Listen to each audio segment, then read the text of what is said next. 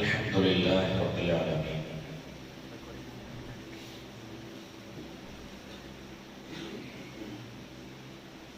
نحمدك يا من وضحت لنا سبل الهداية وأوزعت عن بصائرنا غصوة الغوايا نصلي ونسلم على من أرسلت إلينا شاهدا ومبشرا ونذيرا وداعيا إلى الله بإذنه وهو سراجا منيرا. أعوذ بالله من الشيطان الرجيم. بسم الله الرحمن الرحيم. يا أيها الذين آمنوا اتقوا الله حق تقاته ولا تموتن إلا وأنتم مسلمون. رب اشرح لي صدري ويسر لي أمري واحلل عقدة من لساني يفقهوا قولي.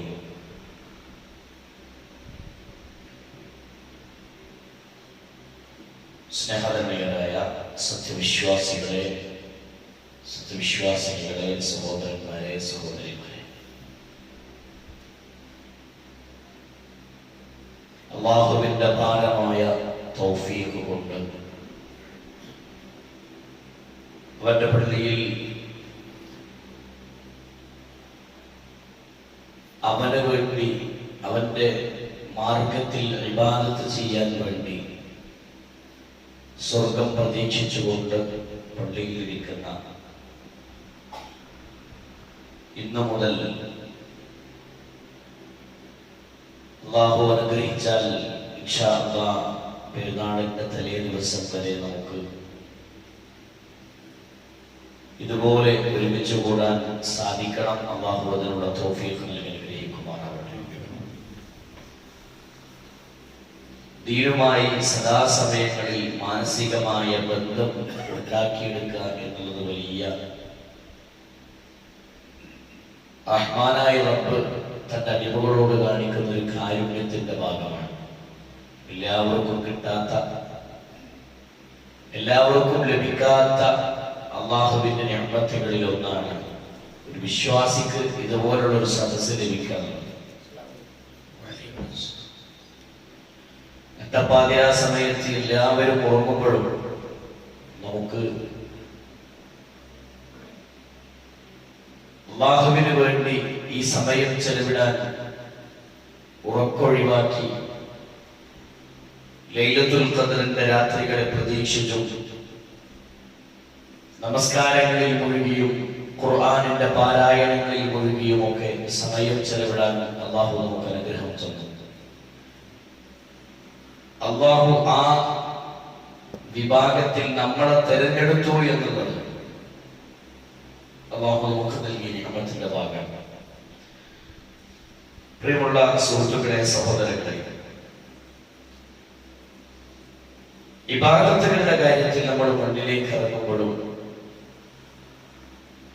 ആവേശകരമായി ദീൻ ഉൾക്കൊണ്ടുകൊണ്ട് നമ്മൾ ജീവിക്കുമ്പോഴും ഓരോ മനുഷ്യരുടെ ജീവിതത്തിലും പരാജയങ്ങൾ സംഭവിക്കാറുണ്ട്. പരാജയങ്ങൾ സംഭവിക്കുന്നത് പലപ്പോഴും പരീക്ഷണത്തിന്റെ സന്ദർഭങ്ങളിലാണ്. വ്യത്യസ്തമായ പരീക്ഷണങ്ങൾ വിശ്വാസിയുടെ ജീവിതത്തിലേക്ക് ഇങ്ങനെ കടന്നു വരും. തുടരെയായി അല്ലാഹുവിന്റെ റസൂൽ സല്ലല്ലാഹു അലൈഹി വസല്ലം ആയത്തുകൾ ഓതി നമ്മളെ പഠിപ്പിച്ചു. وَلَنَبْلُوَنَّكُمْ بِشَيْءٍ مِنَ الْخَوْفِ وَالْجُوعِ وَنَقْصٍ مِنَ الْأَمْوَالِ وَالْأَنْفُسِ وَالثَّمَرَاتِ وَبَشِّرِ الصَّابِرِينَ. അല്ലാഹു നിങ്ങളെ ഭയപ്പാട് കൊണ്ട് പരീക്ഷിക്കും. ഹൃദയത്തിൽ ഒരു പേടി ഇട്ട് തന്നിട്ട് പടച്ചോൻ നിങ്ങളെ പരീക്ഷിക്കും.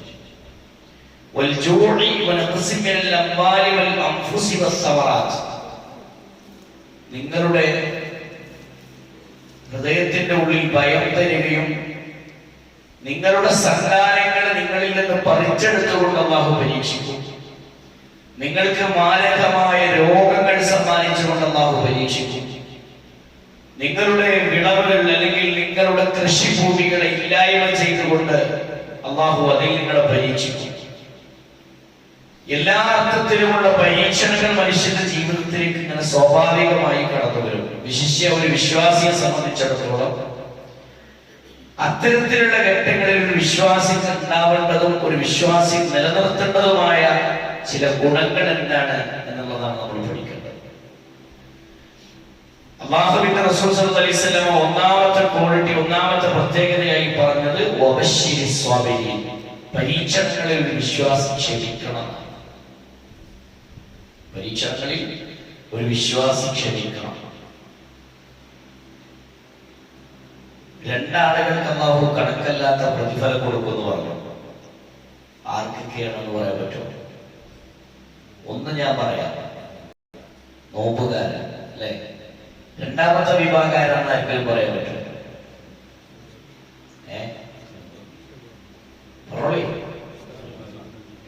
ക്ഷമിക്കുന്നവരായ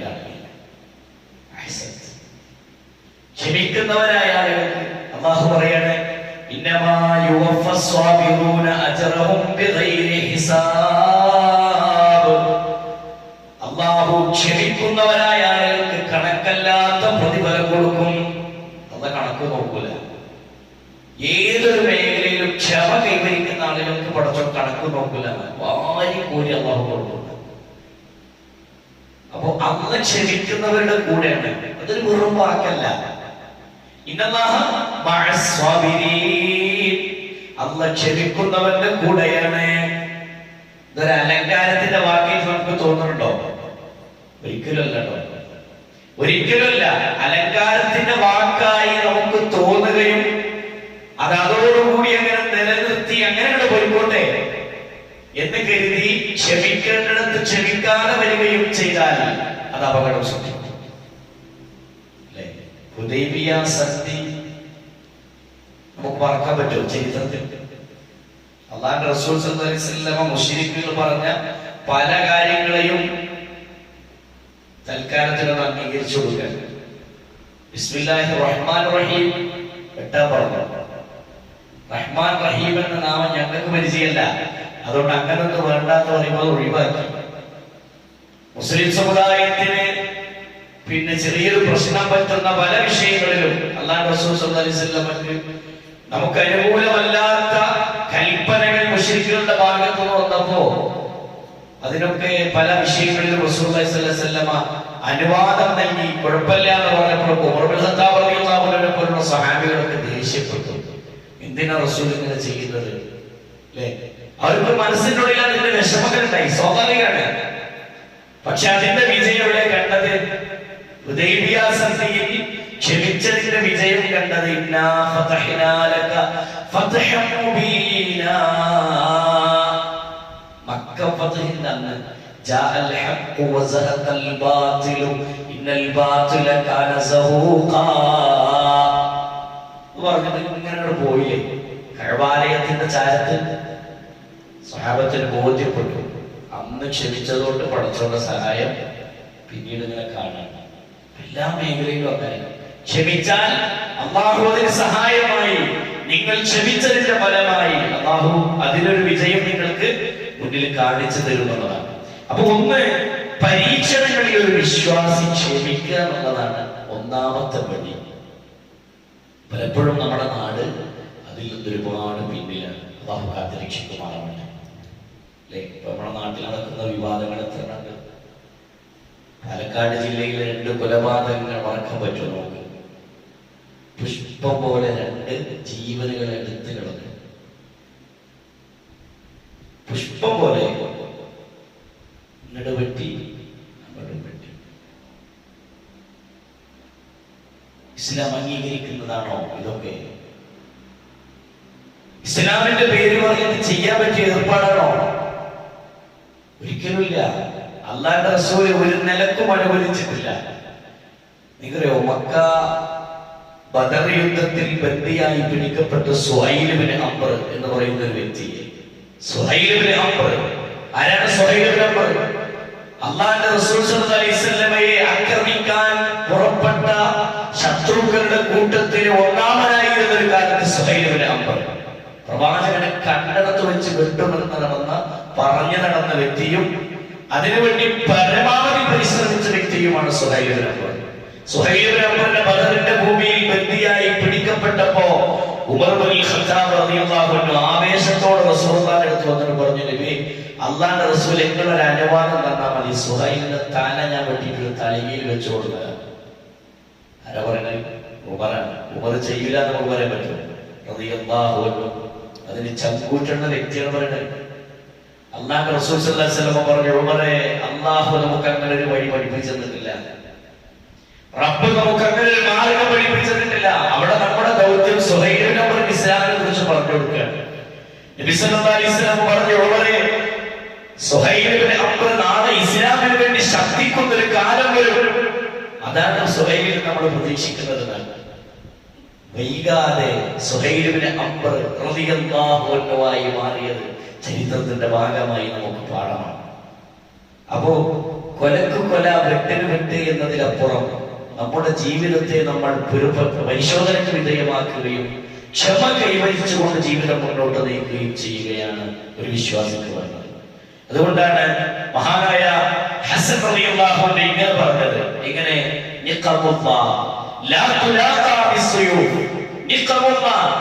നിങ്ങൾക്ക് വ്യത്യസ്തമായ രൂപത്തിലുള്ള പരീക്ഷണങ്ങൾ നിങ്ങളിലേക്ക് കടന്നു വന്നാലും, ഏത് പരീക്ഷണം വന്നാലും ശരി, നിങ്ങൾക്കതിനെ ആയുധങ്ങൾ കൊണ്ട് നേരിടാൻ സാധ്യമല്ല. പ്രളയം വന്നാൽ ആയുധം കൊണ്ട് നേരിടാൻ പറ്റും. ദുരന്തങ്ങൾ വന്നാൽ, പ്രകൃതി ദുരന്തങ്ങൾ ആയുധങ്ങൾ കൊണ്ട് നേരിടാൻ പറ്റൂല. അപ്പൊ വ്യത്യസ്തമായ രൂപത്തിലുള്ള പരീക്ഷണങ്ങൾ ഇങ്ങനെ വരും. അങ്ങനെ വരുമ്പോൾ നിങ്ങൾക്ക് അതിനെ ആയുധങ്ങൾ കൊണ്ട് നേരിടാൻ സാധ്യമല്ല. പിന്നെ എങ്ങനെയാണ് നിങ്ങൾ അതിനെ നേരിടേണ്ടത്?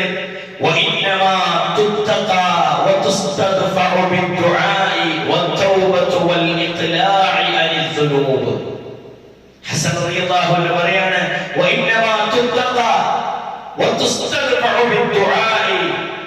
നിങ്ങൾ അതിനെ നേരിടേണ്ടത് തഖ്വ കൊണ്ടാണ്. ഹൃദയത്തിന്റെ ഉള്ളിൽ സൂക്ഷ്മതയോടുകൂടിയുള്ള ജീവിതം നിങ്ങൾക്കുണ്ടോ, നിങ്ങൾക്ക് വിജയിക്കാൻ പറ്റും. രണ്ട്, റബ്ബിലേക്ക് കരങ്ങൾ ഉയർത്തി പ്രാർത്ഥിച്ചുകൊണ്ട് നിങ്ങൾക്കതിനെ നേരിടാൻ കഴിയും. അതേപോലെ തന്നെ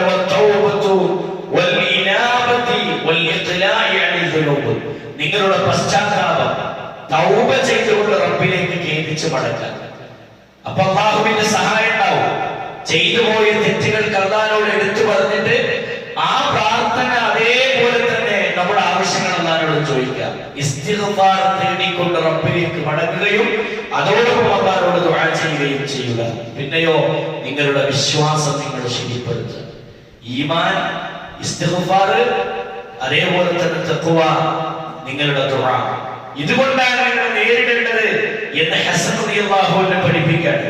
ഏത് പരീക്ഷണങ്ങളുടെ ജീവിതത്തിലേക്ക് വന്നാലും ശരി, ആവേശത്തിനും അവിവേകത്തിനും ഇസ്ലാം പ്രചോദനം നൽകുന്നില്ല. മനസ്സിലായോ? ആവേശമല്ല പ്രധാനം, പക്വമായ ചിന്തയും പക്വതയോടുകൂടിയുള്ള ഇടപെടലും പരിശുദ്ധ ദീനുൽ ഇസ്ലാം വിശ്വാസികളിൽ നിന്ന് പ്രതീക്ഷിക്കുന്നു. വിശ്വാസികൾ അല്ലാഹു അങ്ങനെയാണ് പഠിപ്പിക്കുന്നത്. അതുകൊണ്ടാണ് അല്ലാഹു സുബ്ഹാനഹു വ തആല പറഞ്ഞത്. അതൊക്കെ ചോദിക്കുമ്പോൾ ചില ആൾക്കാർ ഇങ്ങോട്ട് ചോദിക്കല്ലേ, മുസ്ലിമീങ്ങളൊന്നും അടി വാങ്ങി ചവിട്ടും കൊണ്ട് ഇങ്ങനെ നടക്കുക, നമുക്ക് പ്രതിരോധമൊന്നുമില്ല. അല്ലാഹുവിന്റെ ദീന് പ്രതിരോധം പഠിപ്പിച്ചിട്ടില്ലേ? കേട്ടോളി, അല്ലാഹ് പ്രതിരോധം പഠിപ്പിച്ചിട്ടുണ്ട്. 22-ാമത്തെ അധ്യായത്തിലെ 38-ാമത്തെ വചനത്തിൽ അനുഭവിക്കുന്ന പ്രയാസങ്ങൾക്ക് പ്രതിരോധമുണ്ട്. ആ പ്രതിരോധത്തെ കുറിച്ച് പറയുകയാണെങ്കിൽ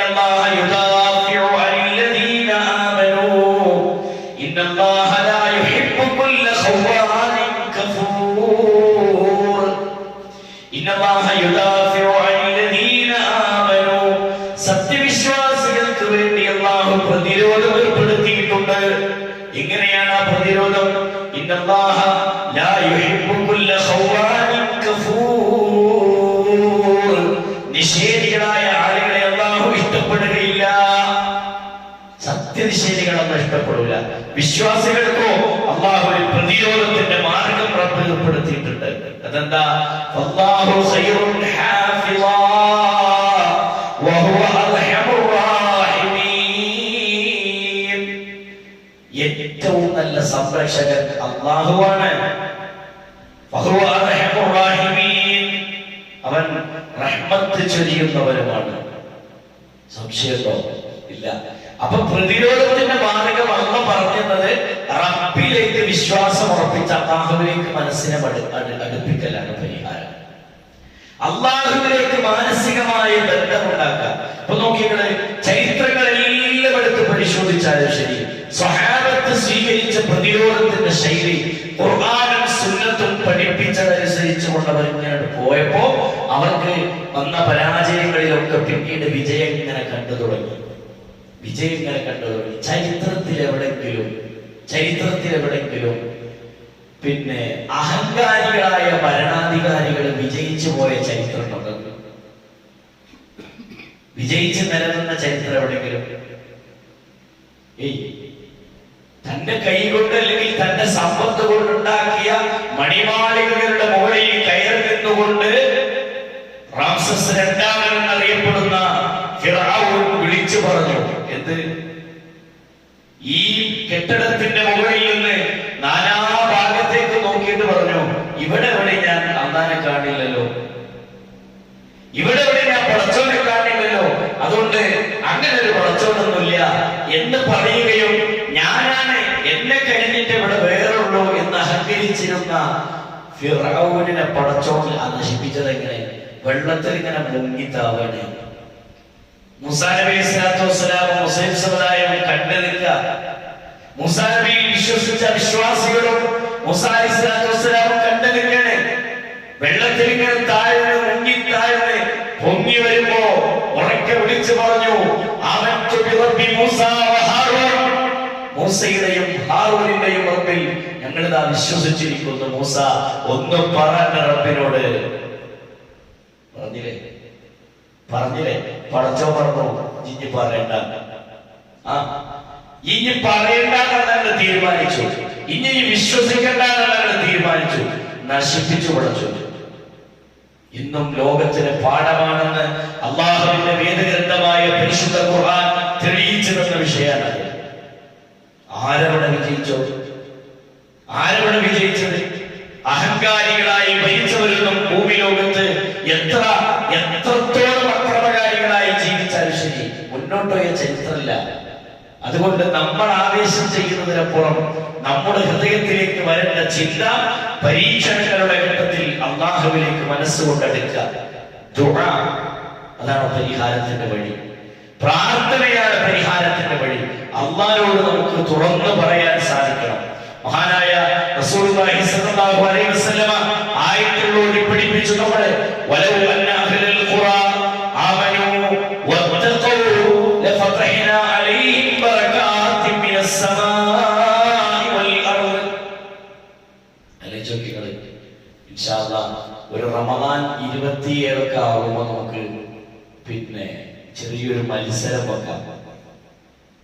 റമദാൻ 27-നോ 28-നോ ഒക്കെ ആയിട്ട് ഒരു ചെറിയ മത്സരം. നമ്മുടെ ക്ലാസ്സിൽ നിന്ന് വന്ന വിഷയങ്ങളിൽ നിന്ന് ചോദ്യങ്ങൾ ക്രോഡീകരിച്ചിട്ട് നമുക്കൊരു ടീമായി ഒരു ദിവസത്തിൽ ഈ ക്ലാസ്സുകളൊക്കെ ഒന്ന് ക്രോഡീകരിക്കാം. എന്നിട്ട് ഒരു സമ്മാനം കൊടുക്കാം. അല്ലെ? ഉപകരിക്കുന്നാണ് തോന്നുന്നത്. അങ്ങനെയുള്ള മത്സരങ്ങളെ നല്ലതാണ്. എന്തിന്? കൂടുതൽ ശ്രദ്ധയുള്ളവരാകാൻ നമുക്ക് പ്രചോദനം നൽകും. കാര്യങ്ങൾ കൂടുതൽ ശ്രദ്ധിക്കുക. അള്ളാഹു മനുഷ്യനോട് പഠിപ്പിക്കാണ്, വലൗ അന്ന അഹ്ലൽ ഖുറാ ആമനൂ വത്തഖൂ ലഫതഹ്നാ അലൈഹിം ബറകാത്തിൻ മിനസ് സമാ. അവർ വിശ്വസിക്കുകയും ജീവിതം തഖ്വയിൽ അധിഷ്ഠിതമായി ചിട്ടപ്പെടുത്തുകയും ചെയ്തിരുന്നുവെങ്കിൽ ലഫതഹ്നാ അലൈഹിം ബറകാത്തിൻ മിനസ് സമാ, ആകാശത്ത് നിന്ന് ബറക്കത്തിന്റെ അനുഗ്രഹത്തിന്റെ കവാടങ്ങൾ അവർക്ക് നാം ഭൂമിയിലേക്ക് തുറന്നു കൊടുക്കുമായിരുന്നു. ആകാശഭൂമികളുടെ അനുഗ്രഹത്തിന്റെ കവാടം അവർക്ക് തുറന്നു കൊടുക്കുമായിരുന്നു. എന്ത് പ്രയാസം വരുമ്പോഴും തഖ്വ നിലനിർത്തി ഈമാനിനെ മുറുകെ പിടിച്ച് നിൽക്കുന്ന ആളുകൾക്ക് അല്ലാഹു തരും. എന്തിനെ? അനുഗ്രഹത്തിന്റെ കവാടം അവർക്ക് തുറന്നു കൊടുക്കും.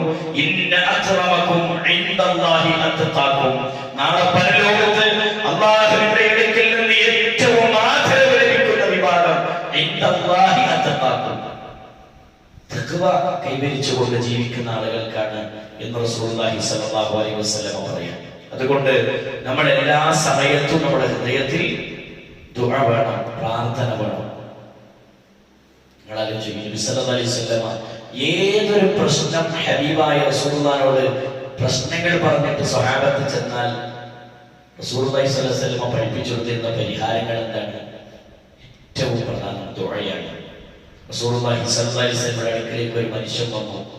അബൂ ഹുറൈറ റളിയല്ലാഹു അൻഹു നിവേദനം ചെയ്യുന്ന ഒരു ഹദീസിൽ കാണാം, ജാഅ റജുലുൻ ഇലാ റസൂലില്ലാഹി സ്വല്ലല്ലാഹു അലൈഹി വസല്ലം, ഒരു മനുഷ്യൻ അല്ലാഹുവിന്റെ റസൂലിന്റെ അടുക്കൽ വന്നിട്ട് പറഞ്ഞു, യാ റസൂലല്ലാഹ് ലുദിഖതുൽ ലൈല ഫലം അനം ഹത്താ അസ്ബഹ്തു. അല്ലാഹുവിന്റെ റസൂലേ, ഇന്നലെ വൈകുന്നേരം, ഇന്നലെ രാത്രിയിൽ എന്നെ ഒരു വിഷജീവി കടിച്ചു. ഒരു വിഷജീവി എന്നെ കടിച്ചു. എനിക്കത് വല്ലാത്ത അസ്വസ്ഥതയുണ്ടാക്കി. നബി സല്ലല്ലാഹു അലൈഹി വസല്ലമ അദ്ദേഹത്തോട് ചോദിച്ചു, എന്ത് ജീവിയാണ് നിന്നെ കടിച്ചത്? നിന്നെ കടിച്ച വിഷജീവി ഏതാണെന്ന് നിനക്കറിയോ എന്ന് ചോദിച്ചപ്പോൾ അയാൾ പറഞ്ഞു, അതൊരു തേളായിരുന്നു റസൂലേ, ഒരു തേള്, അതാണ് എന്നെ കടിച്ചത്. നബി സല്ലല്ലാഹു അലൈഹി വസല്ലമ പറഞ്ഞു, അമാലു ഖുൽത ഹീന അംസൈത്, ഇന്നലെ വൈകുന്നേരം നിനക്ക് ഇങ്ങനെ ദുആ ചെയ്തു കൂടായിരുന്നോ? അഊദു ബികലിമാത്തില്ലാഹി തആമാതി മിൻ ശർരി മാ ഖലഖ്. ഇന്നലെ വൈകുന്നേരം ഇങ്ങനെ പ്രാർത്ഥിച്ചുകൂടായിരുന്നു, ഇങ്ങനെ അഊദു ബികലിമാത്തില്ലാഹി തആമാതി മിൻ ശർരി മാ ഖലഖ്. നേരെ പറഞ്ഞ താഴെ പറയുന്ന കലിമത്തുകൾ കൊണ്ട് ഞാൻ അല്ലാഹുവിനോട് രക്ഷ തേടുന്നു. അല്ലാഹുവിന്റെ അടിമകളിൽ നിന്നുള്ള ഏത് സകലമായ അടിമകളിൽ നിന്നും, ഏത് തരത്തിലുള്ള ഉപദ്രവങ്ങളിൽ നിന്നും അല്ലാഹുവിനോട് ഞാൻ കാവലിനെ ചോദിക്കേണ്ടതാണ്. അല്ലാഹുവിന്റെ സൃഷ്ടികളിലെ സകല സൃഷ്ടികളുടെ ഉപദ്രവങ്ങളിൽ നിന്നും ഞാൻ എന്റെ റബ്ബിനോട് കാവലിനെ ചോദിക്കുന്നു. ഇത് പറഞ്ഞിട്ട് റസൂലുള്ളാഹി സ്വല്ലല്ലാഹു അലൈഹി വസല്ലം പറയാണ്, ലം തദുറുക ഇൻഷാ അല്ലാഹ്, അല്ലാഹു ഉദ്ദേശിച്ചിരുന്നെങ്കിൽ അങ്ങനെ ഒരു വിഷജന്തു നിന്നെ കഴിക്കുകയില്ല. പ്രാർത്ഥനയുടെ പരിഹാരം. അതുകൊണ്ടാണ് ഗുഹാവാസികൾ പ്രാർത്ഥിച്ചത്, അല്ലെ? ഗുഹയിലകപ്പെട്ട 3 ആളുകൾ ദുആ ചെയ്തില്ലേ? 3 പ്രാർത്ഥന. തവസ്സുല്. ഇന്ന് ചർച്ച ചെയ്യാനുള്ള വിഷയമാണ് തവസ്സുല്. എന്താ തവസ്സുല്? ബദരീങ്ങളെ മുൻനിർത്തി ദുആ ചെയ്യാം. അതിങ്ങനെ യാ മംബിഹി ഹല്ലറദ വമൻ ബിഹമ്മിൻ നഖ്തിദ കുൽ നാദിയം മുസ്തജിദ യാ അഹ്ല ബദറ ശുഹദാ. പട്ടത്തിൽ ഇങ്ങനെ ചൊല്ലിയിട്ട് റമളാൻ 17 വരെ ചെയ്ത നോമ്പും വ്യാതൊക്കെ വെള്ളത്തിൽ ചെയ്യുന്നവരില്ലേ ഭൂമിയിൽ? ആലോചിച്ച് നോക്കി നിങ്ങൾ. ദീനിനെ കുറിച്ച് അറിയാത്തതിന്റെ ഗൗരവം അവരുടെ ഇബാദത്തിന് സ്വയം ഇല്ലായ്മ ചെയ്തു. ഞാൻ പറയുന്നത് അതൊക്കെ തവസ്സുലാക്കി കണക്കൂട്ടുന്ന കുറെ മനുഷ്യന്മാരുണ്ട്. അതൊക്കെ തവസ്സുലാക്കി കണക്കൂട്ടി ശിർക്കിലേക്ക് പോവുക. അല്ലാഹുവിലേക്ക് നന്മകളെ മുൻനിർത്തി ദുആ ചെയ്യാൻ അല്ലാഹു പഠിപ്പിച്ചതിന്റെ ഒരു വഴിയാണ് ഗുഹാവാസികളുടെ സംഭവം. 3 ആളുകൾ ദുആ ചെയ്തു. അവർ ചെയ്ത നന്മകളെ മുൻനിർത്തിയിട്ട് റബ്ബിനോട് പറഞ്ഞു. 3ാമത്തെ വ്യക്തിയുടെ പ്രാർത്ഥന പൂർത്തിയാകുമ്പോ അവരുടെ ഗുഹാമുഖത്തുന്ന കല്ലിങ്ങനെ അകന്നു പോയി എന്ന് പരിശുദ്ധ ഖുർആൻ നമുക്ക് പഠിപ്പിച്ചിരുന്നുണ്ടെങ്കിൽ അതാണ് തവസ്സുൽ. അങ്ങനെ പ്രാർത്ഥിക്കാൻ പരിശുദ്ധ ഖുർആൻ നമ്മളെ ഉണർത്തി. അങ്ങനെ പ്രാർത്ഥിക്കാൻ ഖുർആൻ നമ്മളെ പഠിപ്പിച്ചത്. അതുകൊണ്ട് നമ്മൾ ശ്രദ്ധ പാലിക്കുക, നമ്മൾ ശ്രദ്ധിക്കുക. ജീവിതത്തിൽ വിശുദ്ധി കൈവരിച്ച് നല്ല മനുഷ്യരായി, നല്ല വ്യക്തിത്വങ്ങളായി ജീവിക്കാൻ നമുക്ക് സാധിക്കണം. നിങ്ങൾ നോക്കി, നേരത്തെ പറഞ്ഞ അഊദു ബികലിമാത്തില്ലാഹി തആമാതി മിൻ ശർരി മാ ഖലഖ് എന്ന ദുആ അല്ലാഹുവിന്റെ റസൂൽ മറ്റൊരു സ്ഥലത്ത് പറഞ്ഞത്, മൻ നസല മൻസില, നിങ്ങൾ വീട്ടിൽ നിന്നൊരാൾ പുറത്തിറങ്ങുകയാണ്, വാഹനത്തിൽ കയറി മറ്റൊരു സ്ഥലത്ത് ചെന്നിറങ്ങുമ്പോൾ ഇറങ്ങുന്ന സ്ഥലത്തേക്ക് കാലെടുത്ത് നോക്കുമ്പോൾ നിങ്ങൾ ദുആ ചെയ്യണം. ഏത്? അഊദു ബികലിമാത്തില്ലാഹി തആമാതി മിൻ ശർരി മാ ഖലഖ്. മുസീബത്തുകൾ നിങ്ങളെ ബാധിക്കാനിരുന്നാൽ അല്ലാഹു നിങ്ങൾക്ക് സംരക്ഷണം നൽകും. ലം യദുറുഹു ശൈഉൻ ഹത്താ യർതഹില മിൻ മൻസിലിഹി ദാലിക. നിങ്ങൾ നിങ്ങളുടെ വീട്ടിലേക്ക് തിരിച്ചെത്തുന്നത് വരെ നിങ്ങൾ അല്ലാഹുവിന്റെ സംരക്ഷണത്തിലാണ്, അല്ലാഹുവിന്റെ സംരക്ഷണത്തിലാണ്. പ്രാർത്ഥന ജീവിതത്തിലുണ്ടെങ്കിൽ നിങ്ങൾ അല്ലാഹുവിന്റെ സംരക്ഷണത്തിലാണ്. ഉമ്മു സലമ റളിയല്ലാഹു അൻഹ പഠിപ്പിക്കുന്ന ഒരു ഹദീസ് നമുക്ക് കാണാം. മാമിൻ മുസ്ലിമിൻ തുസീബു ബിഹി മുസീബ. ഒരു മുസ്ലിമിനെ ഒരു മുസീബത്ത് ബാധിച്ചാൽ, ഒരു പരീക്ഷണം ബാധിച്ചാൽ, ഏത് തരത്തിലുള്ളതാവട്ടെ, ഏത് തരത്തിലുള്ള പരീക്ഷണമാവട്ടെ, ചെറുതായാലും വലുതായാലും ഒക്കെ അവർക്ക് പറയാൻ പറ്റും എന്ത്? ഇന്നാ ലില്ലാഹി വ ഇന്നാ ഇലൈഹി റാജിഊൻ എന്ന് പറഞ്ഞിട്ട് അല്ലാഹുമ്മ അജ്റുനി ഫീ മുസീബതി വഖ്ലുഫ്നി ഖൈറൻ മിൻഹാ. അങ്ങനെ ഒരാൾ ദുആ ചെയ്താൽ അല്ലാഹുവിന്റെ റസൂൽ സ്വല്ലല്ലാഹു അലൈഹി വസല്ലം ഉമ്മു സലമ റളിയല്ലാഹു അൻഹ പറഞ്ഞു കൊടുക്കുകയാണ്, അല്ലാഹുമ്മ അജ്റുനി ഫീ മുസീബതി, പടച്ചോനെ എനിക്ക് ബാധിച്ച മുസീബത്തിൽ ഞാൻ ക്ഷമിക്കുകയാണ്, റബ്ബേ ഞാൻ സഹിക്കുകയാണ്. വഖ്ലുഫ്നി ഖൈറൻ മിൻഹാ, ഈ മുസീബത്ത് കാരണം എനിക്ക് സംഭവിച്ച നഷ്ടത്തിന് പകരം നീ ഖൈറായത് തിരിച്ചു തരണേ. ഉമ്മു സലമ റളിയല്ലാഹു അൻഹ പറയാണ്, അല്ലാഹുവിന്റെ റസൂൽ പറഞ്ഞു, ഇങ്ങനെ ഒരാൾ ദുആ ചെയ്താൽ അല്ലാഹു അവന് ഖൈർ പ്രദാനം ചെയ്യാതിരിക്കില്ല. ഇല്ലാ അഖലഫല്ലാഹു ലഹു ഖൈറ, അല്ലാഹു ഖൈർ പ്രദാനം ചെയ്യുക തന്നെ ചെയ്യുന്ന. ഇങ്ങനെ ദുആ ചെയ്താൽ ഉമ്മു സലമ റളിയല്ലാഹു അൻഹ പറയാണ്, എന്റെ ഭർത്താവ് അബൂ സലമ മരണപ്പെട്ടപ്പോൾ ഞാൻ ഇങ്ങനെ ദുആ ചെയ്തു. എങ്ങനെ? ഇന്നാ ലില്ലാഹി വ ഇന്നാ ഇലൈഹി റാജിഊൻ അല്ലാഹുമ്മ അജ്റുനി ഫീ മുസീബതി വഖ്ലുഫ്നി ഖൈറൻ മിൻഹാ. പ്രാർത്ഥിക്കുന്ന ഉമ്മു സലമ റളിയല്ലാഹു അൻഹ പറയാണ്, എന്റെ മനസ്സിലുണ്ടായിരുന്നു അബൂ സലമയേക്കാൾ നല്ലൊരു ഭർത്താവ് ഇനി ആരായിരിക്കും? അബൂ സലമയേക്കാൾ നല്ലൊരു ഭർത്താവ് ഇനി ആരായിരിക്കും ഞാൻ ചിന്തിച്ചു. പക്ഷേ ഫഅഖ്ലഫല്ലാഹു ലി റസൂലില്ലാഹി സ്വല്ലല്ലാഹു അലൈഹി വസല്ലം. ആ ഇദ്ദാക്കാലത്ത് കഴിയുമ്പോൾ അല്ലാഹുവിന്റെ റസൂൽ ഉമ്മു സലമയെ വിവാഹം അന്വേഷിച്ചു, വിവാഹം കഴിക്കുന്നു. പ്രവാചകന്റെ ഭാര്യയാകാനുള്ള തൗഫീഖ് അല്ലാഹു നൽകണം. ഈ പ്രാർത്ഥനന്റെ മഹത്വം ഉമ്മു സലമ റളിയല്ലാഹു അൻഹ നമ്മളെ പഠിപ്പിക്കണം. ഈ ആയുധം നമ്മുടെ കയ്യിലുണ്ടായിട്ട് നമ്മളെന്തിനാ പൊട്ടിത്തെറിക്കണേ? നമ്മളെന്തിനാ ബേജാറാവണേ? നമ്മളെന്തിനാ പ്രയാസങ്ങൾ ഒഴിക്കണേ? ഒന്നുമില്ല. റബ്ബിലേക്ക് കൈകൾ ഉയർത്തി മടങ്ങല്ലാതെ നമ്മുടെ മുന്നിൽ വേറെ വഴിയില്ല. അതുകൊണ്ട് പ്രാർത്ഥന ഒരു ആയുധമാണ്. പ്രാർത്ഥന ഒരു ആയുധമാണ്. ആ ആയുധം സ്വീകരിച്ചുകൊണ്ട് സഹോദരങ്ങളെ മുന്നോട്ട് പോവുക.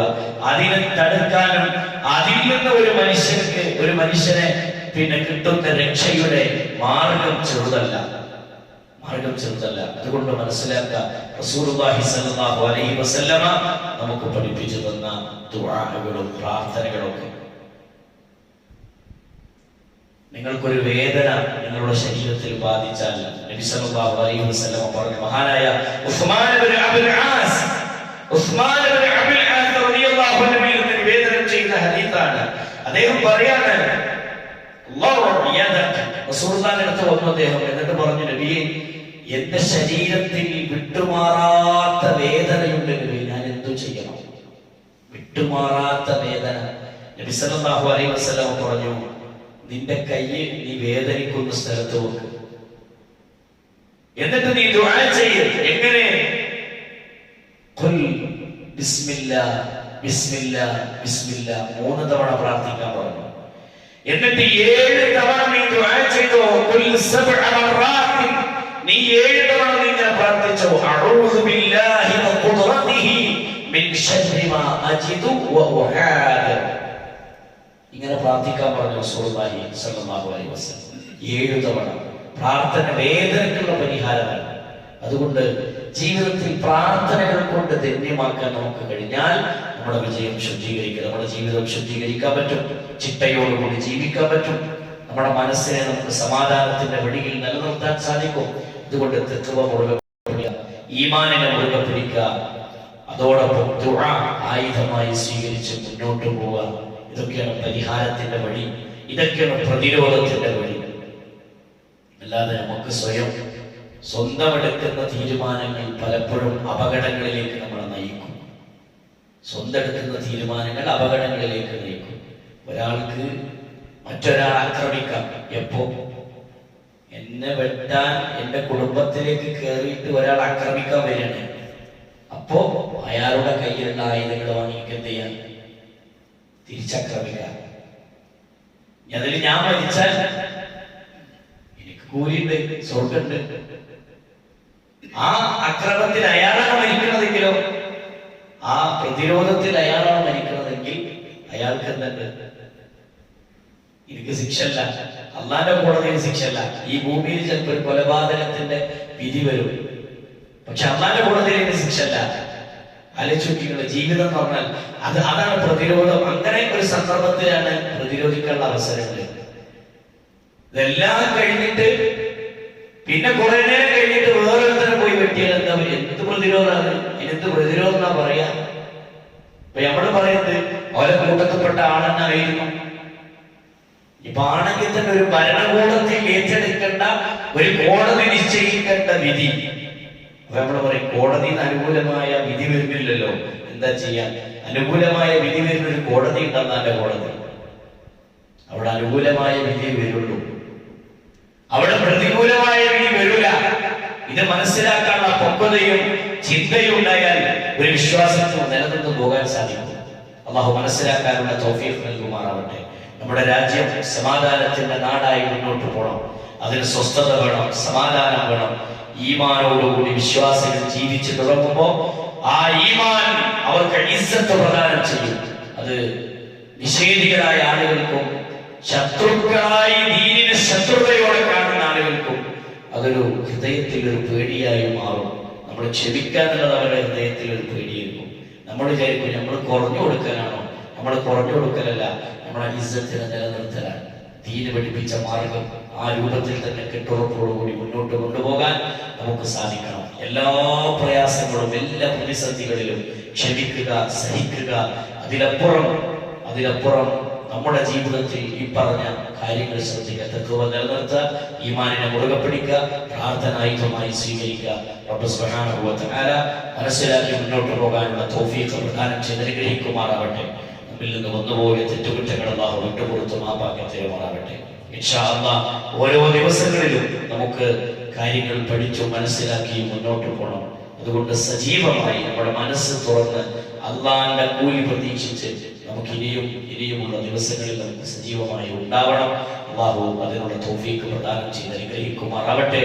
നമ്മൾ ചെയ്യുന്ന ഓരോ ഇബാദത്തും അല്ലാഹു സ്വാലിഹായ അമലായി നമ്മളിൽ നിന്ന് സ്വീകരിക്കുമാറാവട്ടെ. ربنا تقبل منا انك انت السميع العليم وتب علينا انك انت التواب الرحيم. امين امين برحمتك يا ارحم الراحمين. وصلى الله على محمد وعلى اله وصحبه اجمعين والحمد لله رب العالمين. السلام عليكم ورحمه الله وبركاته.